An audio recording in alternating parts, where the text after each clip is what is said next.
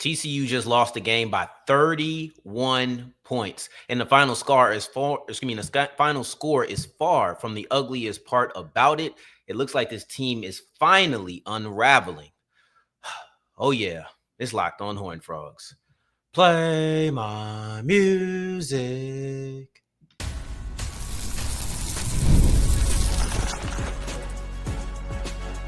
You are Locked On Horned Frogs, your daily podcast on the TCU Horned Frogs.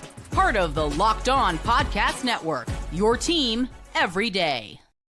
What's going on, family? I am Darian Gray, a.k.a. the Mouth of the South, host of your favorite #1 daily one-stop shop for everything TCU athletics, Monday through Friday, and sometimes super late on a Saturday turn Sunday. I appreciate you for making this your first listen of the day. I'm pretty sure at the time that the clock is, you ain't listening to nothing else. So I appreciate that. We are Locked On Horned Frogs, part of the Locked On Podcast Network, the #1 sports podcast network in the country. To anybody who either stayed up through the game, decided not to go to sleep after the game, turn me on. Look, I appreciate it. I appreciate it because that was not an easy choice, and I promise you will not regret it. We're going to have a pretty fun episode with a pretty unfair or unfun game. So let's enjoy ourselves. Let's talk in the comments because, like I said on that social media, X, as they call it, misery loves company, and I'm here to have a little bit of fun with you. The defense, in my opinion, had their worst game of the season. We'll close out looking at that. But there is something way more concerning than the final score. Now, yeah, losing 44-13, that's ugly. You don't ever want that to happen. But seeing Josh Hoover and Eric McAlister arguing on the sidelines, to me, was the most concerning aspect. Not because it's a rarity, not because I've never seen anything like that before, but because I hadn't seen anything like that with this team. I'm not concerned about a quarterback and a wide receiver arguing on a sideline. I'm not concerned with a wide receiver saying, throw me the football. That's what wide receivers do. That's what teams do often. But where TCU is right now, it is a tad bit concerning because I didn't see that early. I didn't see that against Arizona State. I didn't even see that against Kansas State when things got ugly quick. I saw it now when we're deep into the season, when the season is practically over and everything you thought you would be fighting for is not only out of your reach, you're not even in the room with it. So now that the stakes are no longer high for you, now that your options are no longer at your disposal, when I see Hoover and McAlister arguing, I begin to think, are there internal issues that are unraveling in front of our eyes? Not that he and McAlister have an issue with each other. Let's not get dramatic. But this is frustration that we haven't seen from Josh Hoover visibly all season, in my opinion. Take it beyond just that moment. Beyond just the argument with McAlister, you also saw Hoover walking off the field many times, shaking his head. His body language looked different. I don't blame anybody for being frustrated, but I think I'd be lying if I told you that this frustration felt normal. I'd be lying if I told you that this frustration didn't pique my interest. And what I'm trying to do here is not gas up a situation, not make something more dramatic than it is. But don't make it, not making it dramatic does not mean that it's not a thing.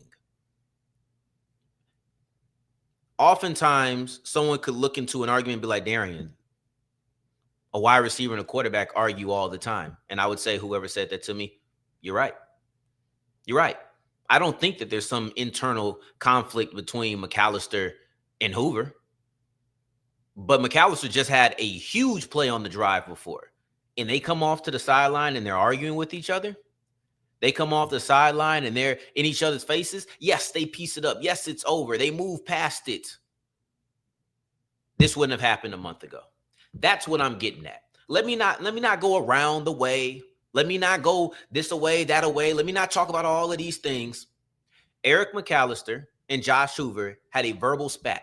That is a very normal interaction within the game of football. You go enough watching, you'll find that eventually, and it won't take you long. But arguing when you're at this point in the season, when everything feels frustrated, arguing when this is not what you normally do, I think that this team is beginning to let the frustrations of the season get to them. That's what I think. And I don't think that that's a hot take. I don't think that that's spicing up a situation. I think that's just evaluating what's going on. Because I said it before, I'll say it again for everybody who's just not coming in. That Josh Hoover, Eric McAlister argument is not happening a month ago.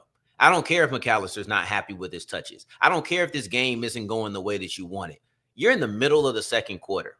You are in the middle of the second quarter. I don't remember the exact score, but you're just coming off of a drive where I thought Eric McAlister gave TCU their first proof of life. That stop route, that quick hitch where he caught it and ran for a deep, I think it was like a 40-something yard gain at the end of the day. That was a big time play, and it was the first time that TCU looked like they were actually going to start something. To see a drive end, not with points, was a disappointment. To see that drive end on the sideline and then they're arguing, it just tells me that they're unraveling. It just tells me that they're beginning to feel everything. This is the point where you begin to have losing the locker room arguments. That's what this does. Josh Hoover and Eric McAlister arguing would be normal if this was the middle of September. It happens. Tensions flare. People get upset. They got past it and had another big play, I think, on the next drive. The problem is not between Hoover and McAlister. The problem is, what does the argument that you wouldn't have had at any other point in this season until you're right here say about where the mentality of the team is? To me, it screams that you're unraveling. To me, it allows rumors and conversations about if they're losing the locker room to creep in. I won't say that it's at that point, but it allows those things to creep in. This is why it's a problem. There's not an issue between two players. I will not, and I keep saying that because I don't want it to ever be lost in translation of exactly where I stand on it or what I'm gassing up.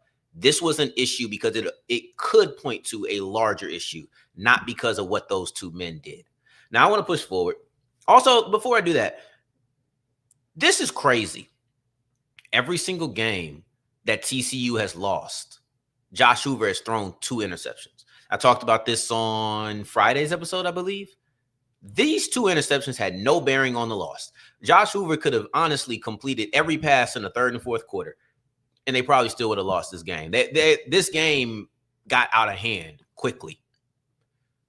But it's crazy that he threw 2 late interceptions, one of which got returned for a touchdown, and it keeps up this streak. Those other games, interception versus Arizona State, took away points in the red zone, put points on the board later in the game. Against Kansas State, he put points on the board with a pick 6 in that game. Last week versus Iowa State, I don't know if those interceptions were costly, but they happened early in the game. This one, with I'm sorry. This is funny. What bowl game do we realistically make a bowl game that I've never heard of until TCU plays in it? Just gonna be honest with you. It's gonna be something like the Silver Refrigerator Bowl, or it's gonna be like the Golden Fork Bowl. I don't think it's gonna be a bowl game that you know about. It's going to be a bowl game that you watch simply because you love your frogs. Oh, man. Oh, I'm sorry. Anyway, the Hoover thing is just a strange coincidence where it just seems like he has to throw that second interception in games you lose. I don't think it was a bad throw, in my opinion, but it wasn't costly. The game was over at that point. I didn't really care.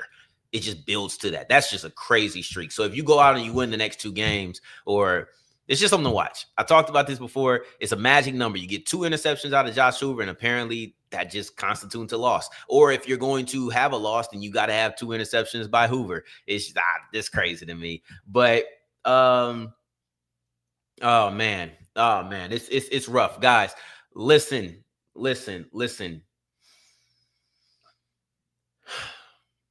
This team is where they are. The game was not surprising. Don't expect much analysis on, oh, this was embarrassing. I wasn't embarrassed. I knew what this was going to be. And it's exactly what I thought it would. It was actually a little worse than I thought it was. I thought it was going to be like a 10 to 14 point lead. But let's move forward. Let's look at the defense, because this was their worst game. This was the worst game. I'll have to look at that. So you tweeted me your post game thoughts. I guess I was already on here talking. I'll go look at that later, Hayden. But let's look at the defense. This was their worst game, and I'll try to choose a little positivity as well, but it won't be defensive related. It'll be Eric McAlister related. So I'm not going to sit here and lie to you just because, but let's take a look at that as we continue with Locked On Horned Frogs. Today's episode is brought to you by DoorDash, and this one may be the most difficult one you'll hear yet, but it's time to look back and crown this week's MVP on Who Delivered, powered by DoorDash. Just like you can win every Saturday with your DoorDash Streaks, saving more every time you order. These players delivered when it mattered the most. So let's break it down. If I had to go with a player, it would be Eric McAlister, who continues to rack up yards. He had yet another 100-yard game, but the truth of the matter is, the only MVP is the fans here, and specifically the fans who are checking out Locked On Horned Frogs. Specifically the ones who are doing that. So I appreciate you for being the MVP and staying up at what is on Central Time, 12:53 for all of my veterans out there. I appreciate you. Matter of fact, go get yourself some DoorDash in order to celebrate. Just like you delivered for the show, DoorDash delivers your Saturdays. With DoorDash Streaks, you save every Saturday you order. Stack it up all season long and earn up to $250, including $100 in DoorDash credits. Order this Saturday. Keep the streak alive and fuel your game day. Only with DoorDash. Terms apply. Promo period through November 18th. Today's episode is also brought to you by FanDuel. And FanDuel is where you make all of your wagers. At this point, bet against the Frogs. Bet against the Frogs and you'll be racking in all of the money, because this is just the type of season it feels like we're at right now. I don't say this with joy. I just say this joyfully. This is where we reside. Okay, this is where we reside this year. Basketball season is on the way. Go enjoy Olivia Miles versus NC State tomorrow.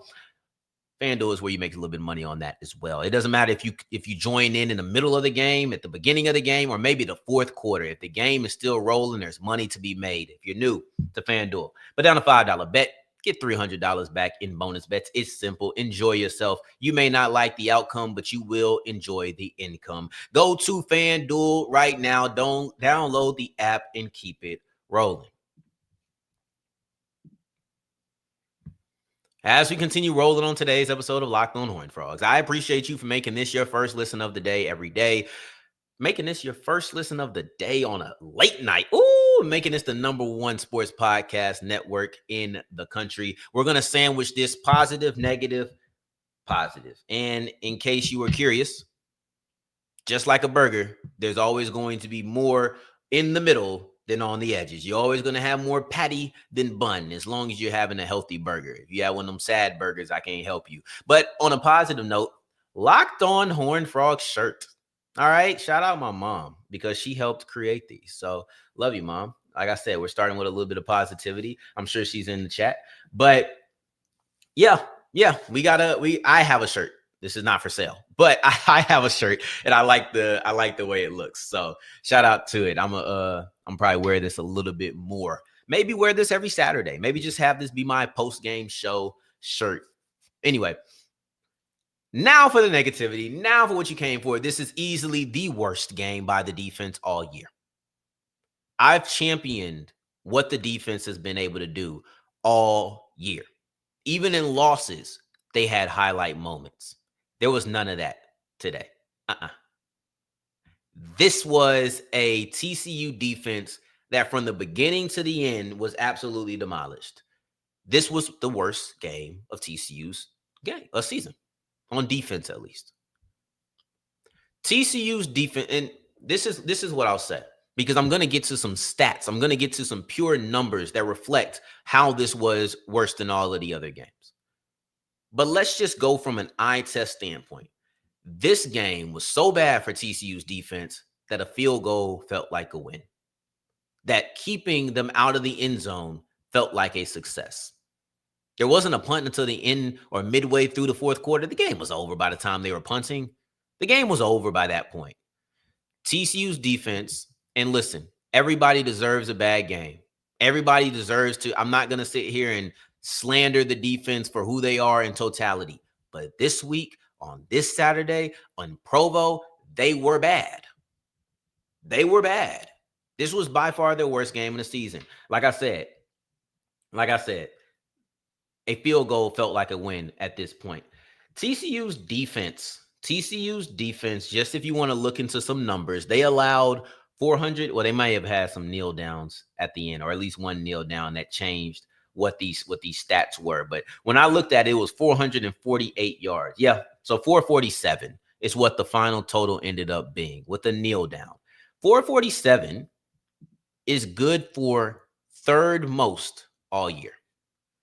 TCU's defense has allowed 400 or more yards in 4 different games. And yes, when you put it like that, that does sound bad. But they allowed 439 versus Baylor. Baylor was chasing them down the whole game, right? Like that's just, they were chasing them down. Abilene Christian had 453 yards. They were chasing the whole game. You look at Arizona State, though they were chasing, almost getting 5 football fields put up on you. That's a different conversation. I don't care what type of game it was. And they weren't really out of it for most of it. So that was bad. But even though it did feel like they were chasing a little bit, contextually, that's just trying to find an excuse. In this game, though, BYU put up 448 yards and began to run the clock out in the fourth quarter. They put up 447, because they had a kneel down, 447 yards. And by the time the fourth quarter was starting, they said, yeah, we just trying to run clock. When they were dotting you up in the passing game all day long. If they don't take their foot off the gas, you're looking at a 500-yard performance let up. 5 football fields put on you when everybody's watching. And when I say everybody's watching, nobody was watching. It was late. They was doing this early. Bear Bachmeier was dotting them up early. LJ Martin slicing early. It wasn't the greatest performance he's ever put up. It wasn't that, but it was a good game by LJ Martin. It was Bear Bachmeier stepping in and absolutely just surgical. I mean, surgical with what he was doing to the TCU defense. This was a bad performance. Simple and plain. I don't know who stood out. Devin Deal, I think, had a play early in the game. I think. Caleb Belarms, or I wonder what his tackle number was. There was no impactful tackles, it felt like. You know, I had a conversation with somebody. Caleb Belarms or had 7 total tackles. Like, I don't remember the last time he didn't hit 10. He probably didn't hit 10 last week, just because I'm talking. But, like, he regularly is in the double digits. Let's see if he hit 10 last week. Sometimes you just talk out your neck sometimes, all right? Sometimes you do that. Caleb Belarms or had total tackles 12. I don't remember the last time Caleb Belarms or had less than 10 tackles. That tells you what type of game it was. But I just don't know who made an impact. Who had a moment where you said, that's the guy I've seen. In a moment of darkness, in a black hole, who was the guy who found the flashlight? BYU got whatever they wanted. At one point, and I refuse to believe, I just have to feel like this was a fake stat and that they're getting me. But sometimes fake stats that trick you because they're so believable also indicate what type of game it was. It may not be an accurate stat, but they said they had 40 plays in 20 first downs. I don't know if that was real stat or not. That could have been somebody trying to, do some Photoshop. But the fact that I looked at it and I believed it, not because I'm gullible, but because it felt like no matter what BYU did, every single play, they were getting first downs. That tells you what type of performance it is that TCU put on the field. I couldn't go back and check it. But man, that was embarrassing. That was embarrassing. On a positive note, I thought that, and just because I like doing this, let's play the graphic. This is the Locked On Player of the Game. It was Eric McAlister. It wasn't, I thought, almost half of his yards came on that one catch, but he did have 100 yards. I thought that Josh Hoover played well in the beginning. Not great. I thought that his receivers let him down a little bit, to be honest. Those 2 interceptions I would have to hold them against him in player of the game conversations. But in general, and it will be held against him on PFF. But like, I didn't think a lot of this was on Hoover. I thought Hoover and McAlister were the lone bright spots on the offense early. But McAlister's catch and run ability is why I think he'll be an interesting prospect going into the NFL draft, because he has the ability to stretch the field vertically with the ball in his hands or with the ball out of his hands and getting air yards. He's the type of receiver that I like a lot. He's big. He can move downfield. He can catch and run. You feel like he has the frame that can get you passes inside. The only thing you have to worry about is sometimes his hands, and that can get a little shaky. But this was a good player. This was a good player. And it's like the only thing that really went well. Like I said, sandwich, the bread ain't that much, but inside, you got the patties, you got the lettuce, you got the onions, the bacon. Oh, you had a lot of bacon, because I tell you what, BYU was cooking. Now, BYU, full game of being out-schemed and out-coached. Hoover and McAlister arguing on the sideline is the only symptom of that. A lot of things to consider. Let me throw this out here.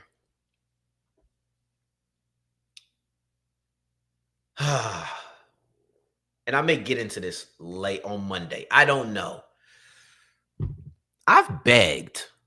I'm talking about I've hopped on here, and as much pleading as I would possibly do in this seat in front of this microphone, I have pled for Sonny Dykes to show some sort of irritation, for him to have some sort of anger when things are going wrong.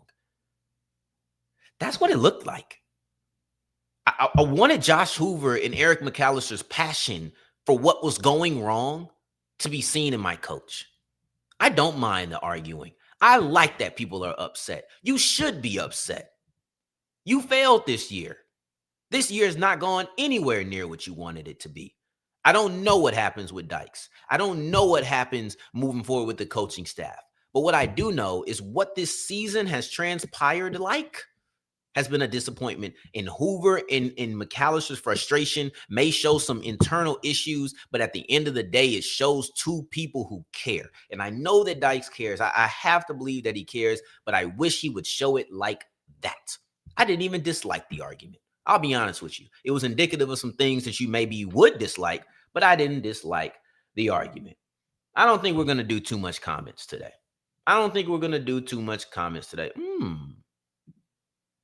Honestly, not surprised. Watch the Big 12 Media Day interviews and you'll see why that argument happened. Dion Lewis, 4635. I need you to just go ahead and comment that below. And I'll go look at it. But comment that below. Interesting. I'll go through these. And if something catches my eye, we'll talk about it on Monday. But I think that it's late enough. It's 1 o'clock in the morning. It's 1:05. You deserve to sleep. I deserve to sleep. I love you for coming in. Everybody that joined in when it's late.